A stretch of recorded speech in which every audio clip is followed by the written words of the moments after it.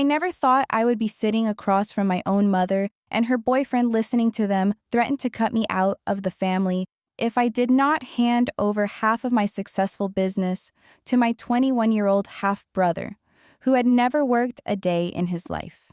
The business I had spent 6 years building from absolutely nothing. The business that was finally generating six-figure revenue after countless sleepless nights and financial sacrifices. How could family threaten to disown you over a business you built from nothing?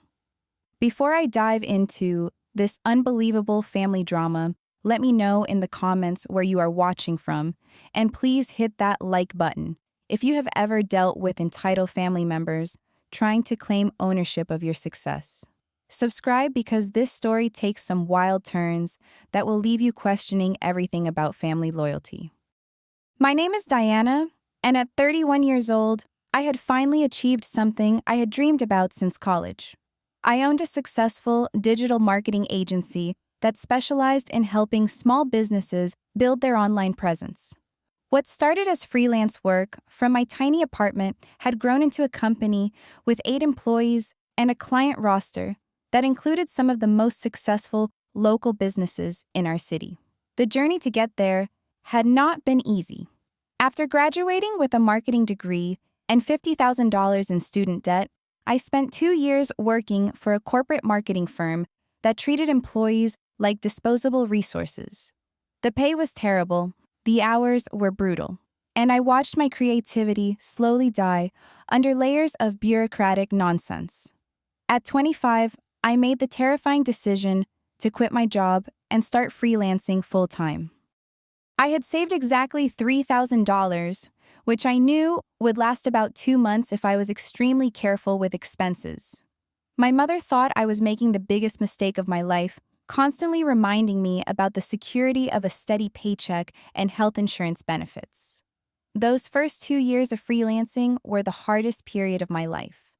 I worked 16-hour days, took on projects that paid almost nothing just to build my portfolio, and survived on ramen noodles and peanut butter sandwiches more often than I care to admit. There were months when I had to choose between paying my rent or buying groceries, and I often chose rent because I could not afford to lose my apartment and the reliable internet connection I needed for work. But slowly, persistence paid off. I started attracting better clients who were willing to pay fair rates for quality work.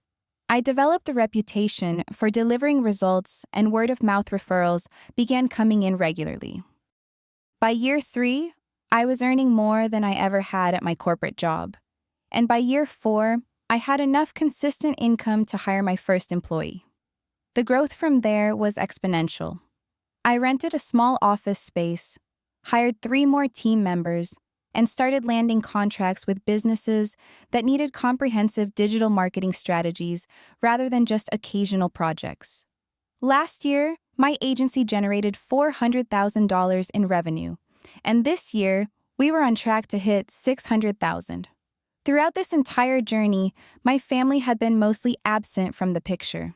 My mother, Linda, who was 54, had remarried when I was 26, to a man named Gary, who was 48 and worked in construction. Gary brought his own son, Marcus, into our family, who was now 21 and had been the center of attention from day one. The family dynamics had changed dramatically after Linda married Gary. Suddenly, Marcus became the golden child who could do no wrong, while I was often treated like an outsider who was too focused on work to prioritize family relationships.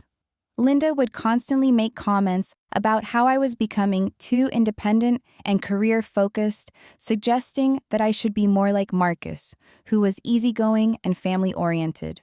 Marcus was easygoing because he had never faced any real challenges or responsibilities in his life. He had dropped out of community college after 1 semester, claiming that traditional education was not for him. Since then, he had held a series of part-time jobs that never lasted more than a few months.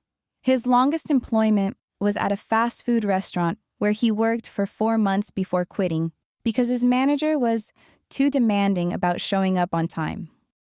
Despite his complete lack of work ethic or ambition, Marcus was treated like he was just finding his path in life, while any criticism of his behavior was met with fierce protection from both Linda and Gary. They enabled his lack of responsibility by paying for his car, his cell phone, his clothes, and pretty much every other expense in his life. When my business started becoming successful, I noticed a shift in how my family talked about my work. Instead of dismissing it as a risky venture that would eventually fail, they suddenly became very interested in the financial details. Linda would ask pointed questions about my revenue, my profit margins, and my plans for expansion. Gary started making comments about how lucky I was to have such a profitable business, often followed by suggestions about how Marcus could help me grow even faster. Marcus has some great ideas about social media marketing, he would say. Maybe you could bring him on board and teach him the business. I always politely deflected these suggestions because I knew Marcus had no genuine interest in learning about marketing or business development. His great ideas about social media consisted of spending hours each day scrolling through Instagram and TikTok consuming content rather than creating anything of value. Marcus had never shown any curiosity about how I built my business, what skills were required to serve clients effectively, or what challenges I faced in managing a growing company. When I tried to engage him in conversations about marketing strategies or business development, his eyes would glaze over within minutes. The first direct approach came about 6 months ago when Linda suggested that I could help Marcus by giving him an entry-level position at my agency. He needs to learn responsibility, she said, and who better to teach him than his successful big sister? I explained that I could not hire someone simply because they were family, especially when they had no relevant experience or demonstrated interest in the field. My employees were skilled professionals who had earned their positions through education experience and proven results. Bringing in Marcus as a favor would be unfair to my team and potentially damaging to client relationships. Linda seemed to accept this explanation, but I could tell that Gary was not pleased with my response. He made several passive-aggressive comments about family loyalty and how successful people should help lift up their relatives instead of making excuses. The pressure intensified over the following months with increasingly frequent comments about Marcus needing guidance and opportunities. Gary started framing it as if I had some obligation to help Marcus launch his career, conveniently ignoring the fact that Marcus had shown no initiative to launch anything on his own. The situation reached a breaking point 3 weeks ago when Linda called to set up a family dinner that she described as important for discussing future plans. I assumed she meant holiday arrangements or some other routine family matter, so I agreed to come over the following Sunday. When I arrived at my mother's house that Sunday evening, I immediately sensed that this was not going to be a casual family dinner. Linda and Gary were sitting at the dining room table with serious expressions, and Marcus was nowhere to be seen. There were papers spread across the table, which I would later learn were printouts of articles about family businesses and partnership agreements. "Diana, we need to talk about Marcus's future," Linda began, without any small talk or pleasantries. "He has been struggling to find his direction, and we think the best solution is for him to become involved in your business." I felt a knot forming in my stomach as I realized this was not a suggestion, but the beginning of a coordinated campaign that they had clearly planned in advance. Gary jumped in before I could respond, his tone more aggressive than I had ever heard him use with me before. "Marcus has been watching what you do, and he has some innovative ideas about how to take your company to the next level," Gary said. "He understands social media and digital trends better than anyone his age. You could benefit from his fresh perspective." I tried to remain diplomatic as I explained that bringing Marcus into the business would not be appropriate or beneficial for anyone involved. Marcus has no experience in client relations, project management, or any of the technical skills required for digital marketing, I said. It would not be fair to him or to my existing team. Linda's response shocked me with its intensity. "You are being selfish and short-sighted," she said. "Family businesses are the most successful businesses in America. You should want to include Marcus in something that could benefit the whole family. Gary was even more direct. Marcus is your brother, and you have an obligation to help him succeed in life. You have been given opportunities and resources, and now it is time to share those opportunities with family members who need them. I pointed out that Marcus was my half-brother, not my biological sibling, and that I had not been given any opportunities. I had created my own opportunities through years of hard work, financial sacrifice, and professional development. Everything I had achieved was the result of my own efforts, not family connections or inherited advantages. This seemed to make Gary angrier. You think you are better than Marcus because you went to college and he did not. But college does not teach you street smarts or real-world business sense. Marcus has qualities that you could never learn in a classroom. When I asked what specific qualities Gary was referring to, he became vague and defensive. Marcus understands people, he said. He knows how to connect with customers and build relationships.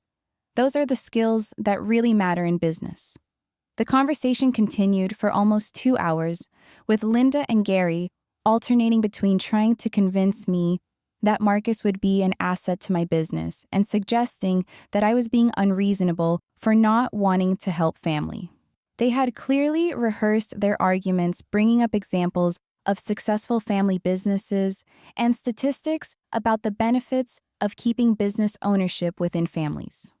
What bothered me most was that Marcus was not even present for this conversation.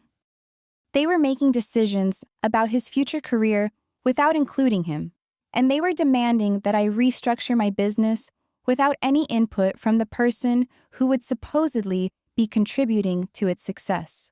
When I asked where Marcus was, Linda said he was at a friend's house, but that he was very excited about the possibility of joining my company.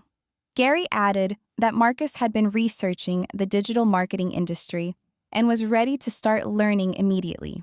I requested that we postpone any further discussions until Marcus could be present to share his own thoughts and demonstrate his genuine interest in the field. I also suggested that Marcus could start by taking some online courses in digital marketing or getting an entry-level position at another marketing company to gain basic experience. Gary's reaction to these suggestions revealed the true nature of their demands. Marcus does not need to prove himself to other companies, he said. He is family, and that should be enough. You should be willing to train him and teach him everything he needs to know. Linda added, "We are not asking you to hire Marcus as an employee. We want him to be a partner in the business, someone who has ownership and a real stake in the company's success." The word partner hit me like a physical blow. They were not asking me to give Marcus a job or even a management position. They wanted me to give him partial ownership of a business that had taken me 6 years to build from nothing. I tried to explain that business partnerships require compatible skills, shared vision, and mutual respect, none of which existed between Marcus and me. I also pointed out that making someone a partner in an existing successful business typically requires them to buy in with their own capital or to bring equivalent value through experience and expertise. Gary dismissed these concerns as irrelevant technicalities. "This is about family," he said. "Marcus deserves to benefit from the success that our family has created." I corrected him by pointing out that our family had not created my business. I had created it entirely on my own without any financial support advice or assistance from family members. In fact, most of my family had been skeptical about my decision to start the business and had discouraged me from taking the risks necessary to make it successful. This led to the most shocking moment of the entire conversation. Linda looked me directly in the eyes and said, "If you are not willing to include Marcus as a partner in your business, then you are choosing your career over your family.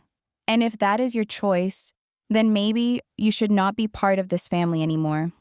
Gary nodded in agreement and added, "We raised you to understand the importance of family loyalty. If you cannot help Marcus when he needs it, then what kind of person have you become?" I sat in stunned silence for several minutes, trying to process what I had just heard. My mother and stepfather were threatening to disown me if I did not give away partial ownership of my business to someone who had never demonstrated any interest in business, any relevant skills, or any willingness to work for success. When I finally found my voice, I asked them to clarify exactly what they were demanding. Did they want Marcus to be an equal partner with 50% ownership? Did they expect him to have voting rights on major business decisions? Would he be entitled to 50% of profits without contributing 50% of the work? Their answers made it clear that they had not thought through the practical implications of their demands. They wanted Marcus to be a full partner with significant ownership and decision-making authority, but they had not considered how this would affect my existing employees, my client relationships, or my ability to run the business effectively.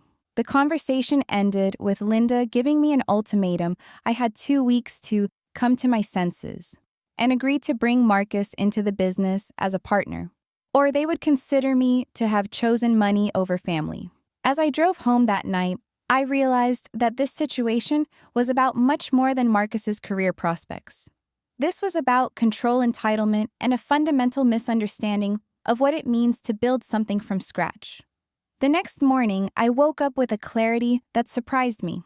Instead of feeling stressed or conflicted about my family's ultimatum, I felt motivated to take action. I realized that I needed to understand exactly what I was dealing with before I could formulate an appropriate response. My first step was to research Marcus's actual qualifications and interests. I spent an hour looking through his social media profiles, not to spy on him, but to see if there was any evidence of genuine interest in business or marketing that I might have missed. What I found confirmed my suspicions. Marcus's social media activity consisted almost entirely of gaming content, party photos, and complaints about various jobs he had held briefly. There was no evidence of him following business accounts, sharing marketing-related content, or engaging with any professional development materials. I also looked at his employment history more carefully. In the past 3 years, Marcus had held 7 different jobs, none of which he had kept for more than 6 months. The pattern was always the same. He would start with enthusiasm, complain about the workload or management after a few weeks, and then quit without giving proper notice. His most recent job had been at a retail store where he was supposed to help customers and maintain inventory. According to Linda, he had quit because the manager was micromanaging him and not giving him enough creative freedom. When I asked for more details, I learned that the manager had asked Marcus to follow basic procedures, like showing up on time and completing assigned tasks. This employment history revealed someone who had never learned to accept responsibility, follow instructions, or persist through challenges. These were exactly the opposite of the qualities needed to be successful in client services or business ownership. My next step was to consult with my business attorney, Jennifer Wells, who had helped me structure my company and navigate various legal issues over the years. I explained the family situation and asked her about the potential consequences of bringing in a partner who was not qualified and had not invested in the business. Jennifer's advice was unequivocal. Bringing in an unqualified partner who has not contributed capital or expertise could destroy your business, she said. Partners have legal rights to information, decision-making, and profits.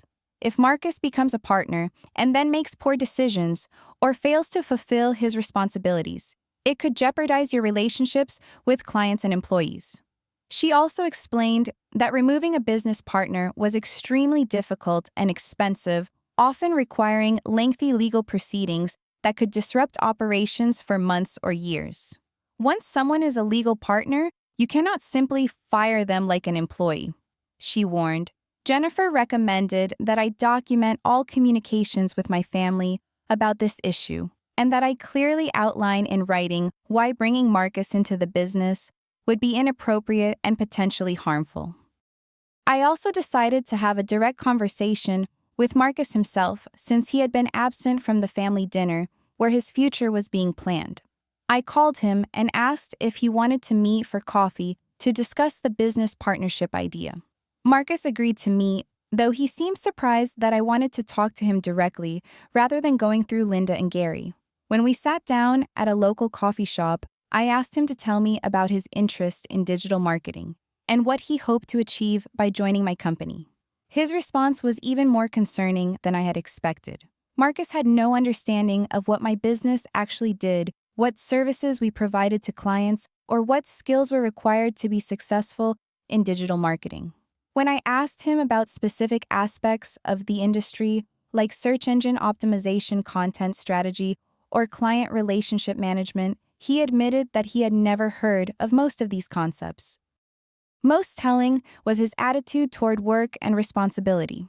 When I explained that successful business ownership required working long hours, managing stress, and making difficult decisions, Marcus seemed uncomfortable with these requirements. I thought being a business owner meant you could set your own schedule and not have to answer to anyone, he said. I realized that Marcus viewed business partnership as an easy way to make money without having to develop skills or work hard. He saw my success as something that had happened naturally rather than as the result of years of effort and sacrifice. When I asked Marcus what he would bring to a partnership, he could not articulate any specific value he would add. He mentioned being good with people and having fresh ideas. But when pressed for examples, he could not provide any concrete instances of leadership problem-solving or creative thinking. The conversation lasted about an hour, and by the end, it was clear that Marcus had no genuine interest in learning about business or marketing. He was interested in the financial benefits of ownership without understanding or accepting the responsibilities that come with it. I left that meeting knowing that I could never bring Marcus into my business, regardless of family pressure.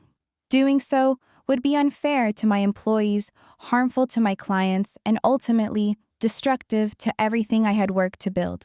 But I also realized that my family was not going to accept a simple no as an answer.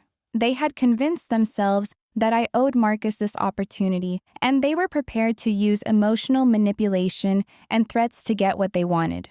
That evening, I developed a comprehensive strategy for dealing with the situation. Instead of simply refusing their demands, I decided to expose the flaws in their logic and demonstrate why their ultimatum was unreasonable and harmful. I started by documenting everything. I created a detailed timeline of my business development, including every major milestone challenge overcome and investment made.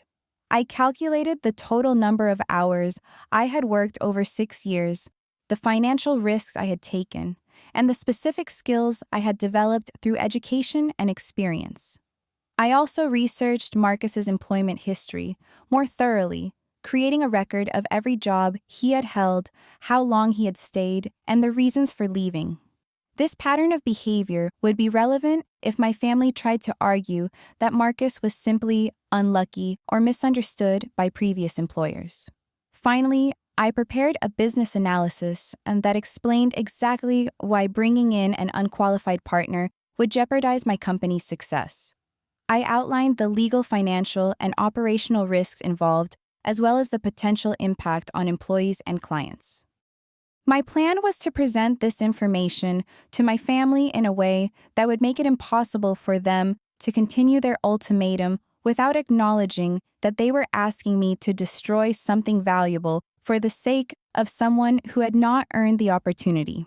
1 week after the original ultimatum, I called Linda and requested another family meeting to discuss their proposal in detail.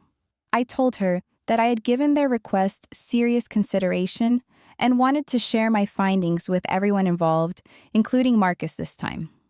When I arrived at their house the following Sunday, all 3 of them were present and seemed confident that I was coming to accept their terms. Gary was actually smiling as he opened the door, saying, "I knew you would come around once you thought about what really matters." I had prepared a presentation that laid out my analysis in clear, objective terms.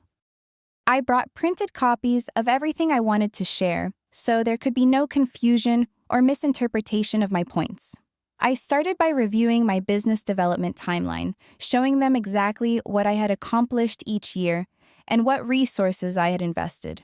I explained that building the business had required me to work an average of 65 hours per week for 6 years, during which time I had taken only 2 vacations and had frequently worked weekends and holidays. I showed them the financial records that demonstrated I had invested my own savings, taken on personal debt, and foregone steady income for years to build something sustainable. The total financial risk I had assumed was over $80,000, not including the opportunity cost of the salary I could have earned in a traditional job. Next, I presented Marcus's employment history, laid out in a simple chart that showed job titles, duration of employment, and reasons for leaving. The pattern was undeniable.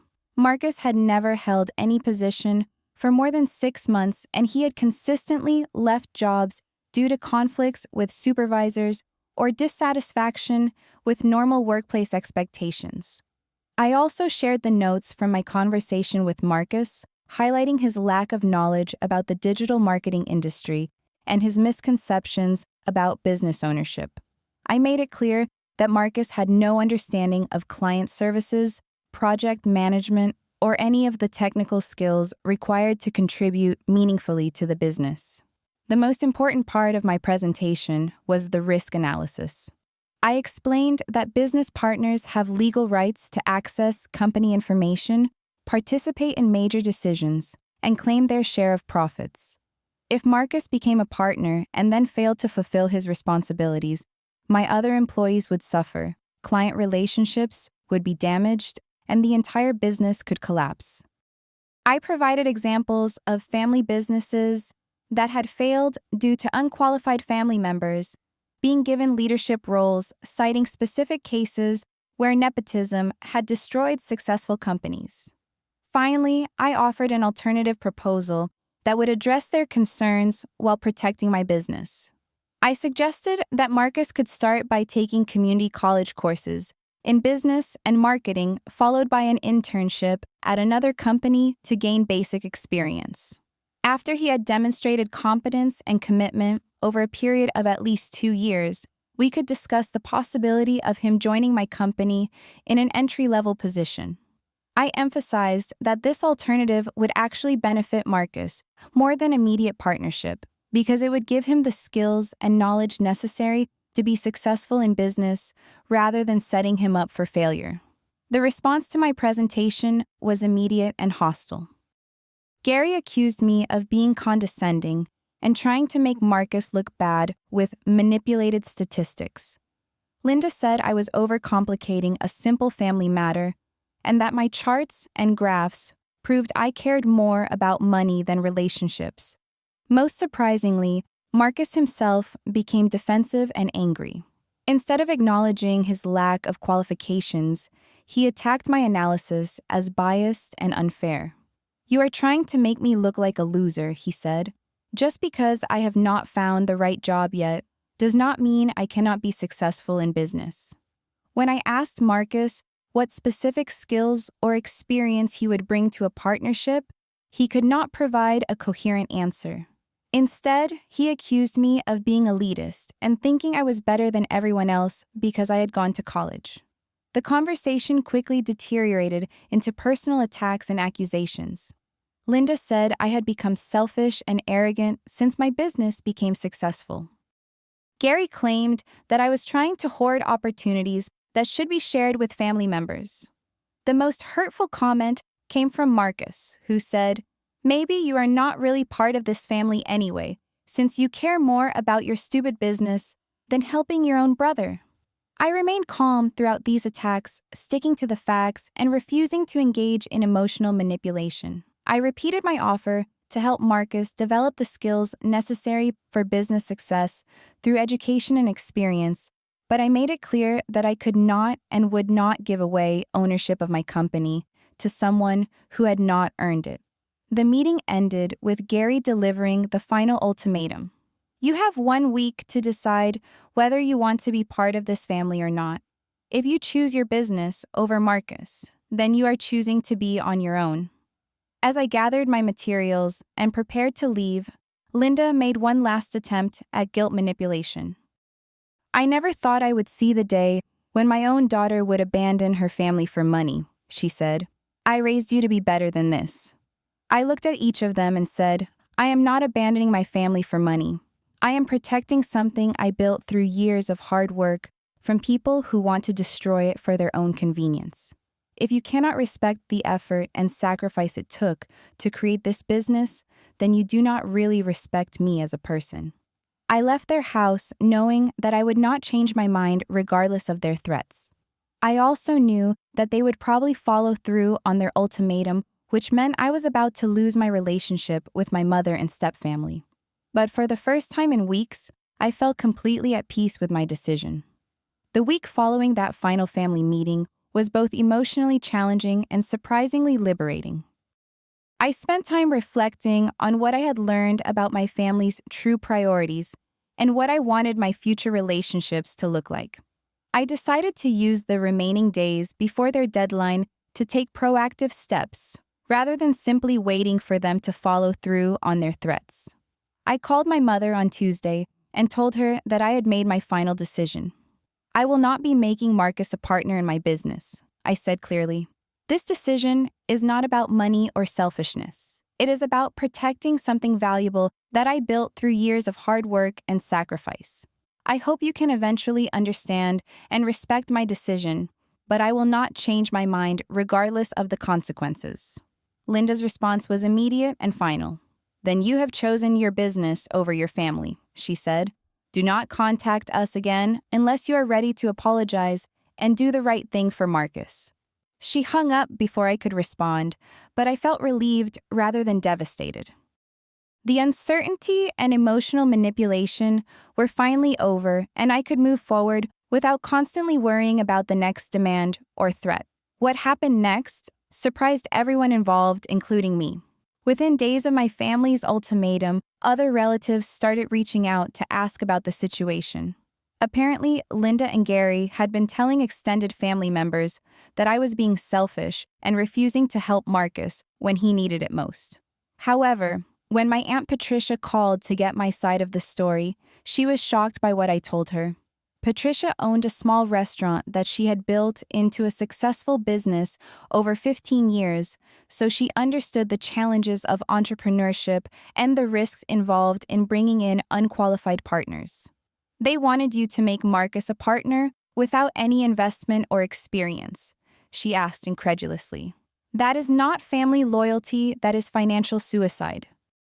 Patricia shared my story with other family members, and the response was overwhelmingly supportive of my decision. My Uncle Robert, who was Linda's older brother, called to apologize for what his sister was putting me through.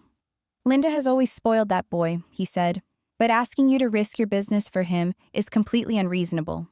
Even more surprising was the reaction from some of Linda's friends who had heard about the situation.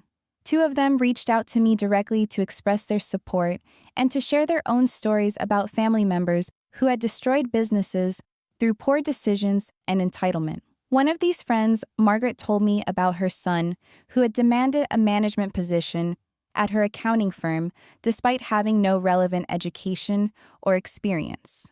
I gave in to the family pressure, she said. Within 6 months, he had lost 3 major clients and demoralized my entire staff. It took me 2 years to recover from the damage he caused. Margaret's story reinforced my conviction that I had made the right decision. Protecting my business was not just about protecting my own financial security, it was about protecting my employees' livelihoods and my clients' trust. The social pressure on Linda and Gary increased as more people learned the details of their demands. Several family members and friends pointed out that they were being unfair to both me and Marcus by trying to force an arrangement that was doomed to fail. My grandmother, who was 83 and had always been the voice of wisdom in our family, made the most impact. She called Linda directly and told her that she was ashamed of how her daughter was treating me. Diana has worked harder than anyone in this family to build something meaningful, my grandmother said. Instead of being proud of her success, you are trying to destroy it for a boy who has never worked hard for anything in his life. The family pressure eventually forced Marcus to get a real job. Without the prospect of becoming a business partner, he had to face the reality that he needed steady income to support himself. He found work at a warehouse where attendance and performance were strictly monitored, and for the first time in his life, he was required to be accountable for his responsibilities. According to family updates, Marcus kept this job for 8 months before quitting, but this was significantly longer than any of his previous employment. The experience of working in a structured environment with clear expectations apparently helped him develop some basic work skills and discipline. 6 months after the ultimatum deadline, I received a text from Linda asking if we could have a conversation. When we met for coffee, she looked tired and stressed in a way I had never seen before. "I have been thinking about everything that happened," she said. "Maybe we pushed too hard for something that was not realistic." It was not exactly an apology, but it was an acknowledgement that their demands had been inappropriate. Linda explained that Gary had been worried about Marcus's future and had convinced her that helping him get established in business was the best way to ensure his success. "I still think you could have been more willing to help," she added, "but I understand that your business is important to you." I appreciated her willingness to reach out, but I made it clear that rebuilding our relationship would require genuine respect for my decisions and boundaries. I was not interested in returning to a dynamic where my success was viewed as a family resource that could be redistributed according to their preferences. Over the following year, Linda and I slowly rebuilt a limited relationship based on mutual respect rather than family obligation. We had lunch occasionally and exchanged holiday cards, but I was no longer involved in family decisions or expected to solve other people's problems with my resources. Gary and I never reconciled. He remained convinced that I had been selfish and uncooperative, and he continued to make passive-aggressive comments about my priorities whenever we encountered each other at family gatherings. Marcus eventually found more stable employment and seemed to develop a better understanding of what it meant to work for success, rather than expecting it to be handed to him. We were cordial when we saw each other, but we never developed a close relationship because our values and approaches to life remained fundamentally different.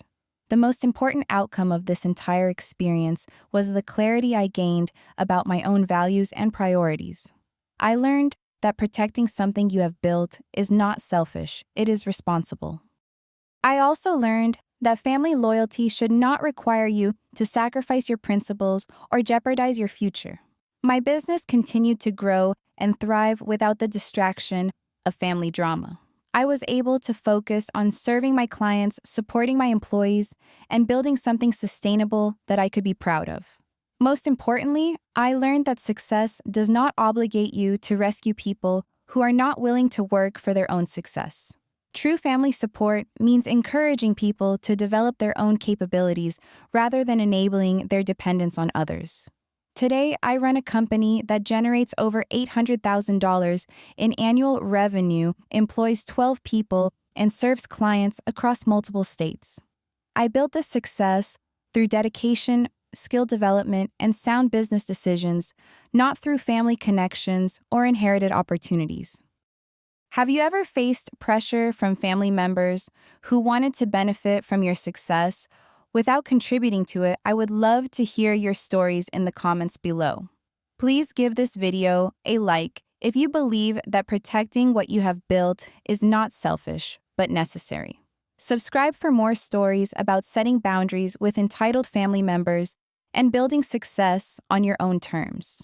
Share this video with anyone who might be dealing with similar family pressure, because sometimes we all need to hear that we do not owe anyone our hard-earned success. Thank you for listening to my story, and remember that your achievements belong to you.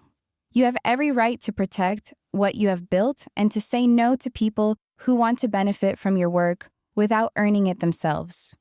Your success is not a family charity, and you are not obligated to sacrifice your future for someone else's convenience.